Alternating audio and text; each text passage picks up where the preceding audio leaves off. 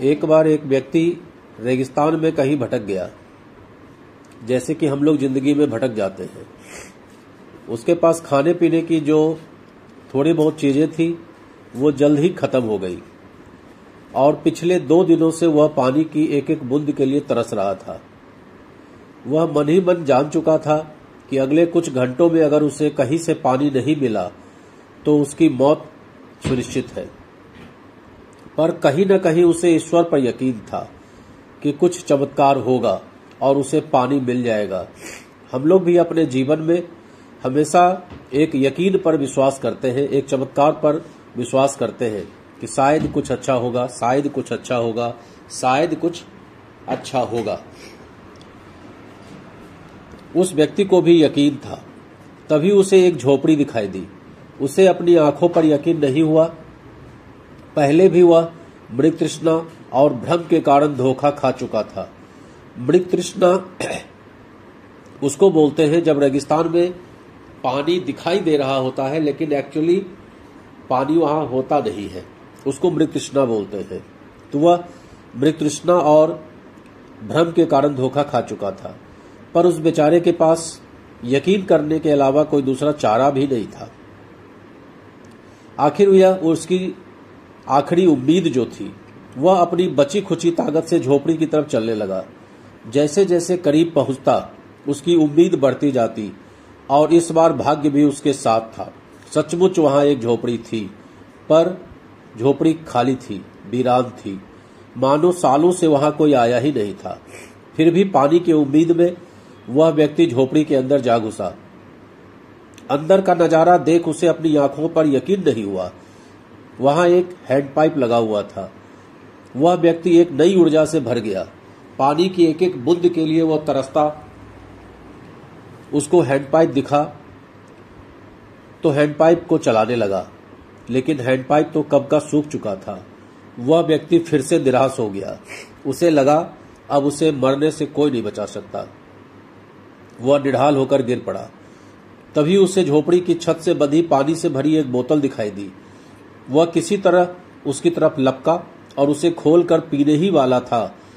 तभी उसे बोतल से चिपका एक कागज दिखाई दिया। उस पर लिखा था, इस पानी का प्रयोग करो, हैंडपाइप चलाओ और वापस बोतल भरकर रख दो। यह एक अजीब सी स्थिति थी। उस व्यक्ति को समझ में नहीं आ रहा था कि वह पानी पिए या उसे हैंडपाइप में डालकर चालू करे, फिर पानी निकाले, फिर पिए। कहीं ऐसा न हो कि उस पानी को हैंडपाइप में डाल दे और फिर भी पानी न निकले। उसके मन में तमाम सवाल उठने लगे। अगर पानी डालने पर भी हैंडपाइप नहीं चला तो क्या होगा? अगर यहाँ लिखी बात झूठ हुई और क्या पता जमीन के नीचे भी पानी सूख गया हो तो क्या होगा? लेकिन एक उम्मीद, क्या पता हैंडपाइप चल ही पड़े, क्या पता यहाँ लिखी बात सच हो। वह समझ नहीं पा रहा था कि क्या करे।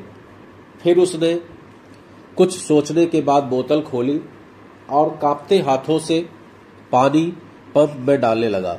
पानी डालकर उसने भगवान से प्रार्थना की और पंप चलाने लगा। 1 2 3 हैंड पंप से पानी, ठंडा ठंडा पानी आने लगा। वह पानी किसी अमृत के समान था। उस व्यक्ति ने जी भरकर पानी पिया। उसकी जान में जान आई, दिमाग काम करने लगा। उसने बोतल में फिर से पानी भर दिया और उसे छत से बांध दिया। जब वो ऐसा कर रहा था तभी उसे अपने सामने एक और शीशे की बोतल दिखी। खोला तो उसमें एक पेंसिल और एक नक्शा पड़ा हुआ था जिसमें रेगिस्तान से निकलने का रास्ता था। उस व्यक्ति ने रास्ता याद कर लिया और नक्शे वाली बोतल को वापस वहीं रख दिया। इसके बाद उसने अपनी बोतलों में पानी भरकर वहां से जाने लगा। कुछ आगे बढ़कर उसने एक बार पीछे मुड़कर देखा, फिर कुछ सोचकर वापस उस झोपड़ी में गया और पानी से भरी बोतल पर चिपके कागज को उतारकर उस पर कुछ लिखने लगा। उसने लिखा, मेरा यकीन करिए, यह हैंडपाइप काम करता है। यह कहानी संपूर्ण जीवन के बारे में है। यह कहानी हमें सिखाती है कि बुरी से बुरी स्थिति में भी अपनी उम्मीद नहीं छोड़नी चाहिए। और इस कहानी से हमें यह भी शिक्षा मिलती है कि कुछ बड़ा पाने के लिए हमें अपनी ओर से भी कुछ देना होता है। जैसे उस व्यक्ति ने नल चलाने के लिए मौजूदा पूरा पानी उस हैंडपाइप में डाल दिया। देखा जाए तो इस कहानी में पानी जीवन में मौजूद महत्वपूर्ण चीजों को दर्शाता है। कुछ ऐसी चीजें जिनकी हमारी नजरों में विशेष कीमत है। किसी के लिए मेरा यह संदेश ज्ञान हो सकता है, किसी के लिए प्रेम, तो किसी के लिए पैसा। यह जो कुछ भी है उसे पाने के लिए पहले अपनी तरफ से उसे कर्म रूपी हैंडपंप में डालना होगा और बदले में आप अपने योगदान से कहीं अधिक मात्रा में वापस आपको मिलेगा। तो पहले कर्म कीजिए। कर्म प्रधान विश्व करी राखा। सबसे पहले मनुष्य को अपना कर्म करना चाहिए।